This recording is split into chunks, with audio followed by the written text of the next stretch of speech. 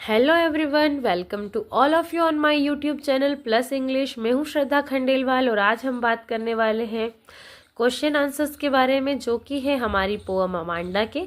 तो चलिए one by one करके इन क्वेश्चन आंसर्स को कवर करते हैं। क्वेश्चन नंबर 1 है, how old do you think Amanda is? How do you no this?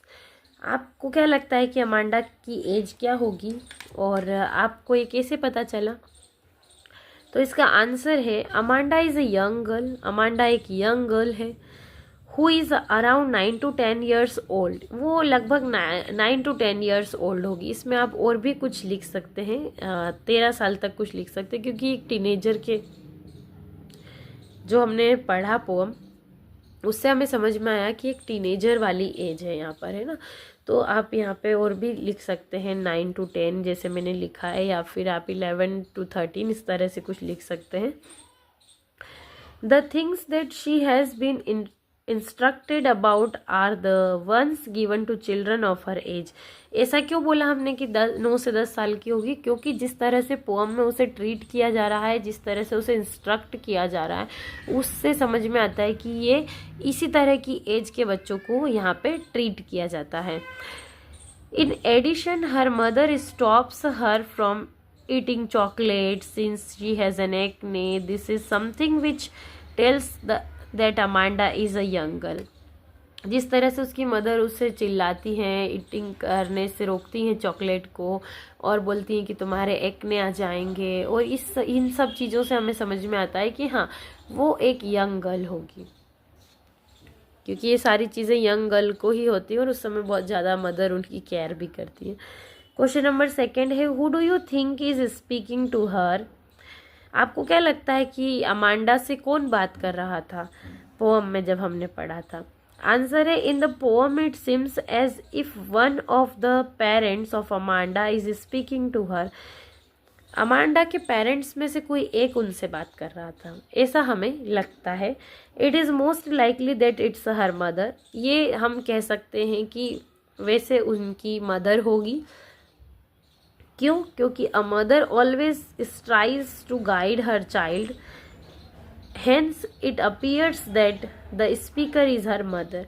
क्योंकि क्या होता है, एक मदर जो है अपने बच्चों की आदतें सुधारने के लिए उन्हें डांटती भी है, गाइड करती रहती हैं। तो ये अपीयर करता है कि हाँ, हम कह सकते हैं कि अमांडा की मदर ही वो होंगी जिनसे वो बात कर रही थी। क्वेश्चन नंबर 3 देखिए,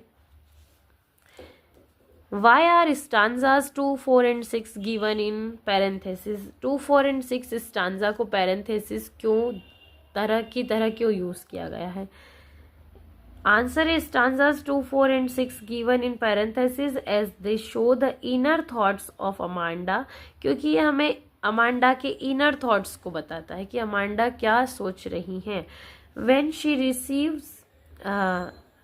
receive the instruction from her mother, जब उन्हें इंस्ट्रक्शन मिलते हैं अपनी मदर से, द स्कोल्डिंग्स, जो डांट फटकार मिलती है अपनी मदर से, by Amanda's mother, and Amanda's reaction are kept separately. और अमांडा के जो रिएक्शन है उन्हें हमने एक सेपरेटली देखा है, और अमांडा की मदर की जो डांट फटकार है, जो उनका रोकना टोकना है, उसे हमने एक अदर मतलब सेक्शन में देखा है। Thus parenthesis is used to show the difference. जो पोयम यहाँ पे बताया जा रहा है कि जो पोएट है उन्होंने यूज़ किया है अलग तरीके से, सेपरेटली जो है समझाने की कोशिश की है कि कब अमांडा बोल रही है और कब उसकी मदर बोल रही है। देखिए यहाँ पे हमें समझ में आ रहा है कि ये तो है अमांडा की मदर की लाइन और ये है अमांडा की लाइन, ठीक है। तो ये क्यों किया, ऐसा हमसे क्वेश्चन पूछा जा रहा है। ये इसलिए किया ताकि हम समझ पाएँ कि ये अमांडा की मदर की लाइन है और ये अमांडा की लाइन है, ठीक है। बस इतना ही है इस आंसर में। क्वेश्चन नंबर 4 है, who is the speaker in stanzas 2, 4 and 6? Do you think this speaker is listening to the speaker in stanza 1, 3, 5 and 7? कि 2, 4 and 6 का स्पीकर कौन है, यहाँ पे पूछा जा रहा है। Do you think this speaker is listening to the speaker in stanzas 1, 3, 5 and 7? देखिए, इस क्वेश्चन में हमसे पूछा जा रहा है कि दो स्पीकर हैं, एक है मदर और एक है अमांडा। अब आपको क्या लगता है कि जो 2, 4 एंड 6 में जो स्पीकर है, यानी कि 2, 4 एंड 6 में कौन है? 2, 4 एंड 6 में जो है वो अमांडा है, और 1, 3, 5, 7 में जो है उनकी मदर है। तो यहाँ पे पूछा जा रहा है कि क्या 2, 4, 6 का जो स्पीकर है, यानी कि जो अमांडा है, वो उसकी मदर की बात सुन रही है या नहीं, ये हमसे पूछा जा रहा है। तो देखिए, इसका आंसर हम देखेंगे। The speaker of the stanzas 2, 4 and 6 is Amanda herself. जो स्पीकर है 2, 4 एंड 6 स्टांजा का वो अमांडा खुद है।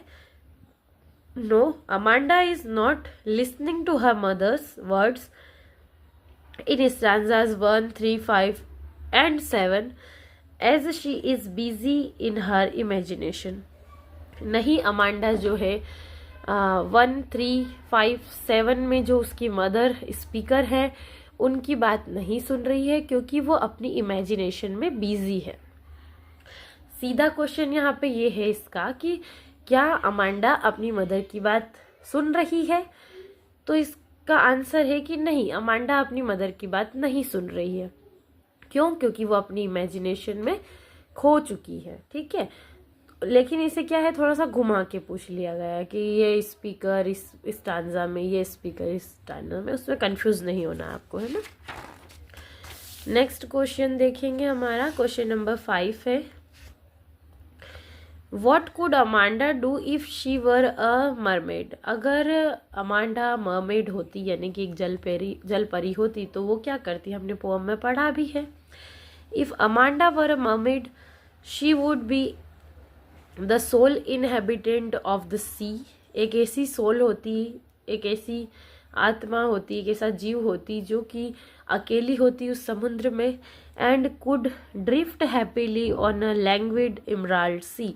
और इस घने समुद्र में जो है वो ड्रिफ्ट करती, मूव करती, उछलती कूदती और अकेली होती, और उन्हें बहुत अच्छा लगता, लोनली होती।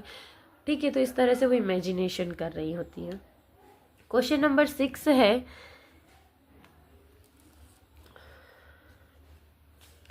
Is Amanda N orphan?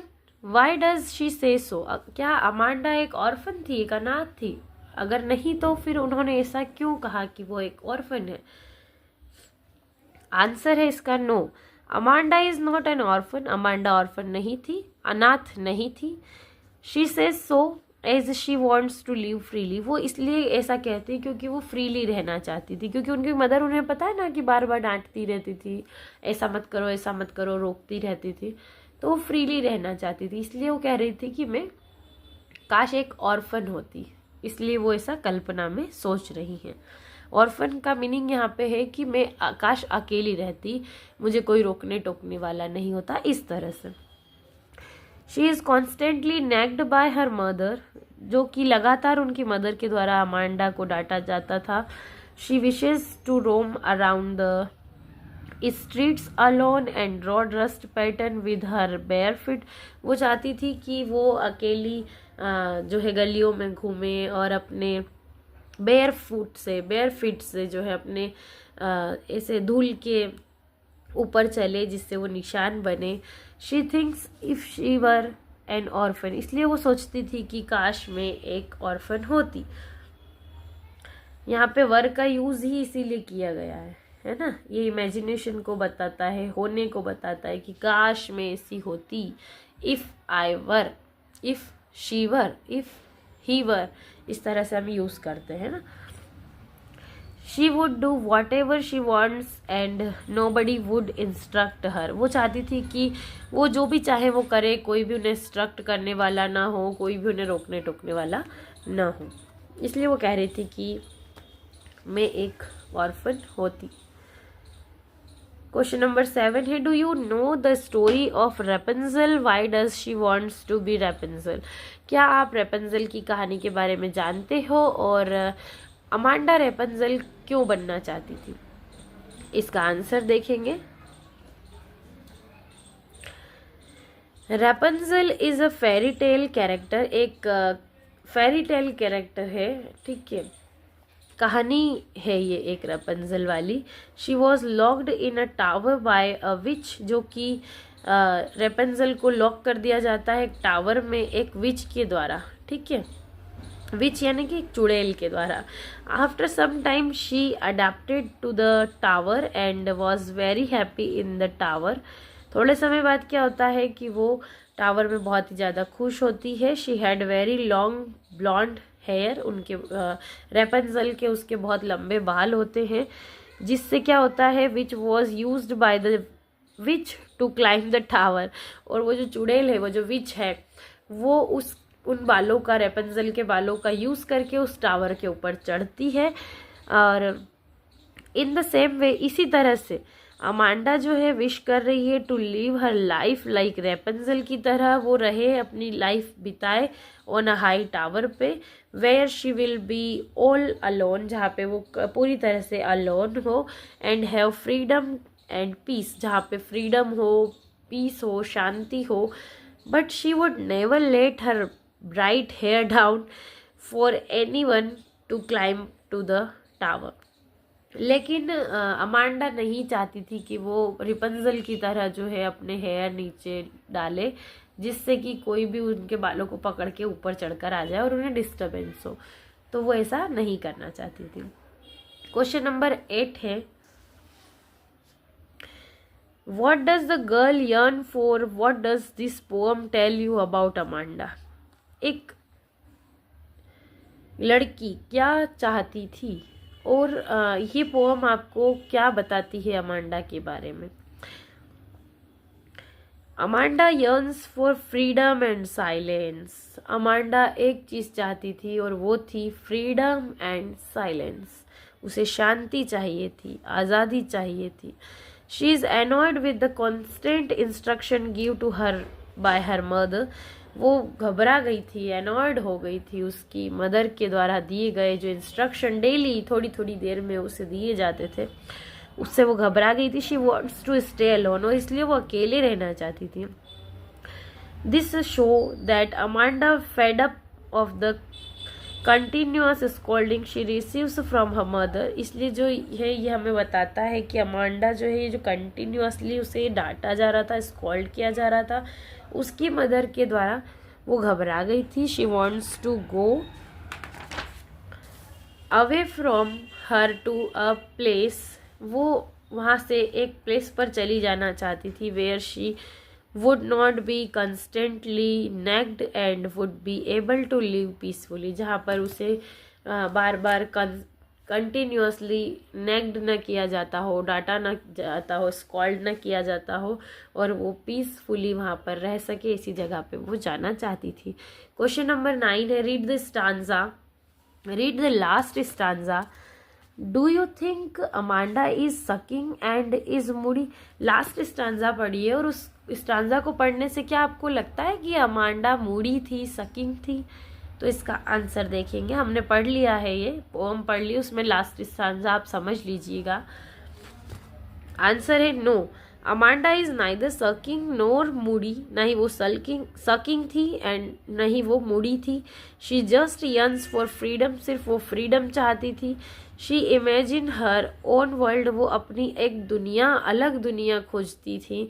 Where she has freedom and she lives peacefully, जहाँ पर उसे फ्रीडम मिले, उसे पीसफुली रह सके वो वहाँ पर।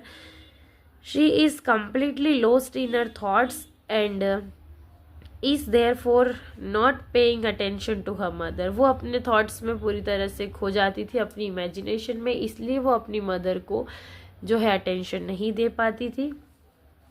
She appears to be moody and sucking as she is not paying attention.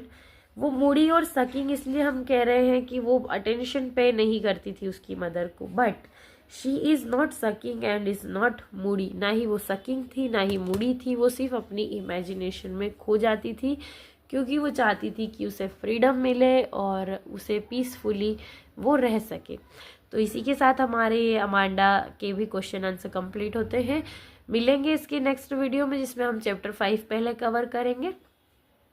तो मिलते हैं नेक्स्ट वीडियो में, तब तक के लिए please like share and subscribe my channel. Thank you so much.